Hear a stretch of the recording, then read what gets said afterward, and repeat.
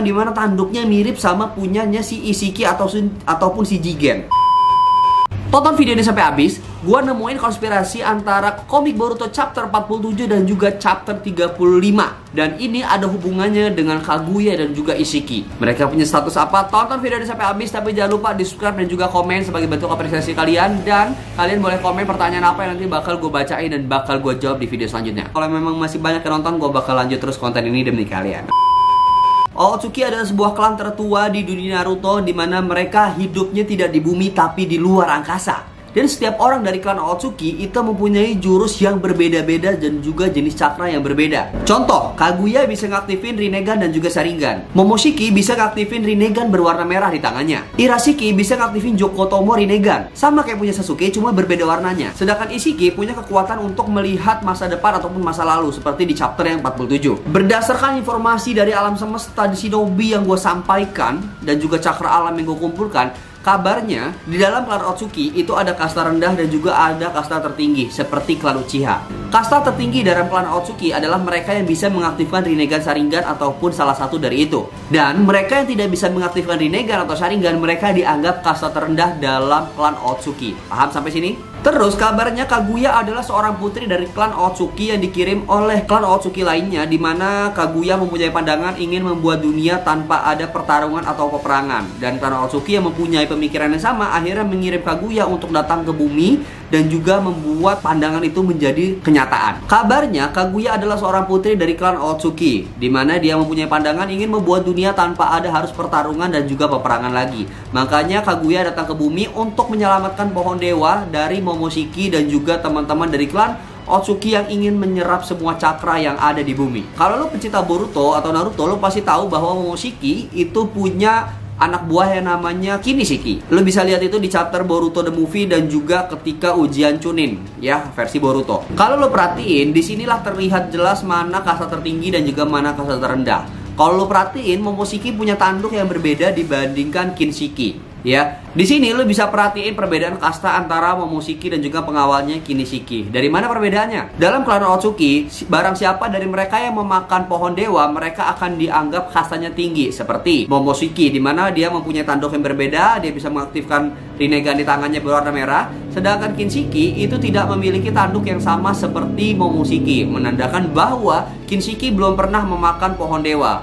Bahkan akhirnya dia menjadi pengawal dan dimakan oleh Momoshiki kalau lu perhatiin di Boruto the Movie. Sampai di sini paham? Dan sekarang gue bakal bahas konspirasi antara chapter 47 dan juga chapter 45 di komik Boruto. Pahamin, tonton sampai habis. Sekarang gue bakal tunjukin potongan gambar dari chapter 45, dimana kalau kita ngelihat di sini, saya menemukan informasi dari seorang yang belak-belakan menunjukkan kepada kita sebuah titik ataupun sebuah dimensi di mana di situ ada sesuatu yang bisa memberikan informasi yang sangat luar biasa bagi dunia Shinobi ataupun dunia Boruto. Paham? Perhatiin baik-baik, dan lu perhatiin di sini, ini Sasuke masuk ke dimensi yang dibilang sama Sai tadi. Dan gua harap lu perhatiin baik-baik simbol yang ada di sini, ya. Lu perhatiin simbolnya, ada simbol yang sebelah kiri dulu, itu ada 1, 2, simbol yang paling atas, simbol bawahnya. Sekarang kita scroll ke bawah. Sasuke bilang ada apa ini? Di sini kita ngelihat sebuah simbol di mana simbol yang paling atas ada bulatan 2 di sebelah Sasuke lagi jalan. Itu menyimbolkan kepalanya si Momoshiki,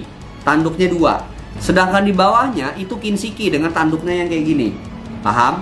Perhatiin baik-baik. Sasuke mencet, terus beneran muncul, ya, Kinshiki muncul. Dipencet sebelahnya, Momoshiki yang muncul. Selanjutnya dia mencet tombol yang sebelahnya lagi, yang muncul siapa?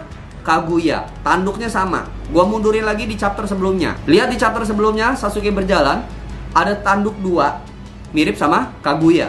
Yang menariknya, di sini ada bola hitam ataupun lingkaran hitam di mana tanduknya mirip sama punyanya si Ishiki ataupun si Jigen. Ketika dipencet, set, muncullah proyeksi dari si Jigen atau Otsutsuki Ishiki. Lihat, perhatiin baik-baik. Setelah lihat gambarnya, kita fokus ke perkataan dalam hatinya Sasuke. Tiap pola digambar secara berpasangan. Beberapa bahkan sudah rusak. Ya, jadi ada satu tembok, jadi ada 3 tembok. Yang pertama ini udah rusak dan ini kita belum tahu siapa. Setiap gambar atau setiap logo itu punya pasangan. Momoshiki tadi dengan Kinshiki dan Kaguya, di atasnya ada si Otsutsuki Ishiki. Itu konspirasi yang luar biasa. Dan sekarang kita bakal bahas hubungan antara Kaguya dan juga Ishiki. Tetap tonton dan jangan lupa komen kasih pendapat kalian. Nah, dari hal itu kadang kita bisa ambil sebuah kesimpulan bahwa Kaguya adalah seorang putri dan Ishiki adalah seorang pengawal. Atau terbalik, karena kastanya lebih tinggi kalau di gambar tadi. Tapi kita nggak tahu karena mereka punya pandangan yang sama, sama-sama ingin membuat dunia ini damai tanpa adanya pertarungan. Paham? Nah, kabarnya si Ishiki ini adalah klan rendah ataupun kasta terendah di klannya Otsutsuki. Nah, makanya dia ngawal si Kaguya. Kaguya nyampe di bumi, si Ishiki nahan si Momosuke. Ya, paham, terjadilah pertarungan karena dia dari klan rendah dan dia ingin membuktikan bahwa orang yang hebat yang bisa memimpin tidak dilihat dari kasta tertinggi. Itu paradigmanya dari si Jigen ataupun di Ishiki. Kabarnya entah Ishiki ini menang atau kalah ketika menghadang Momosuke. Pokoknya entah kalah tak menang, dia akhirnya tubuhnya aneh menjadi mengecil dan masuk ke tubuh Jigen. Dan di sini kita bakal bahas siapakah sosok Jigen dan juga Ishiki dan kekuatan dari Ishiki ini apa. Kita bakal bahas, tonton sampai habis. Sebelumnya, Jigen adalah seorang manusia pada masanya. Otsutsuki Ishiki ini adalah makhluk yang sama seperti Kaguya, datang ke bumi. Namun dia dalam keadaan fisiknya sedang kalah atau kekurangan cakra. Akhirnya dia masuk ke dalam otak ataupun ke tubuhnya si Jigen dan dikendaliin. Selain itu, Otsutsuki Ishiki ini mempunyai kekuatan untuk mengecilkan sesuatu, baik mengecilkan tubuhnya ataupun mengecilkan suatu benda tapi tidak bisa mengecilkan makhluk hidup. Jadi dia mengecilkan tubuhnya, masuk ke telinga, nempel di otaknya dan mengendalikan tubuh si Jigen. Sebagaimana kita tahu buat kalian yang ngikutin Boruto bahwa si Jigen atau yang dikendalikan sama Ishiki ini dia sedang membuat wadah ya, yaitu tubuhnya si Kawaki dan salah satu yang dipakai adalah si Jigen. Karena kabarnya Jigen ini tubuhnya sudah dipakai selama ribuan tahun dan sudah mulai melemah. Tapi yang sempat menjadi heran di salah satu chapter ke-4 35 atau 36 gue lupa, Jigen ketika berantem sama Naruto dan Sasuke di suatu dimensi, cakranya mulai habis, terus Sasuke kabur, Naruto-nya dimasukin ke dalam segel. Di situ Jigen menangis dan Otsutsuki bilang, "Aku sudah melampaui batas dari perkiraanku." Terus kalau perhati ini, Jigen mengeluarkan air mata. Tubuh Jigen yang dikendalikan oleh Otsutsuki Ishiki ini mengeluarkan air mata. Terus si Ishiki bilang, "Apa tubuhmu sakit, Jigen? Jangan menangis, itu menyedihkan. Kau tak layak menjadi wadah Otsutsuki Ishiki. Kau adalah kegagalan." Di sini bisa diambil kesimpulan bahwa Jigen masih ada di dalam tubuhnya, cuman dia tidak bisa mengendalikan. Sama seperti halnya ketika Naruto kecil dikendalikan oleh Kyuubi, dia berubah jadi ekor 3, ekor 6, dan ekor 8, tapi dia nggak sadar. Dan seperti itulah hal yang dialami oleh Jigen. Tapi yang menariknya adalah pada masa Ishiki dulu ataupun ketika dia kalah melawan Momoshiki pada sebelumnya, Kawaki belum ada. Kenapa tubuh Jigen yang dipilih? Sedangkan banyak tubuh-tubuh lain. Berarti kan karena untuk menjadi wadah dari klan Otsutsuki Ishiki itu butuh badan yang mempunyai tampungan cakra yang besar.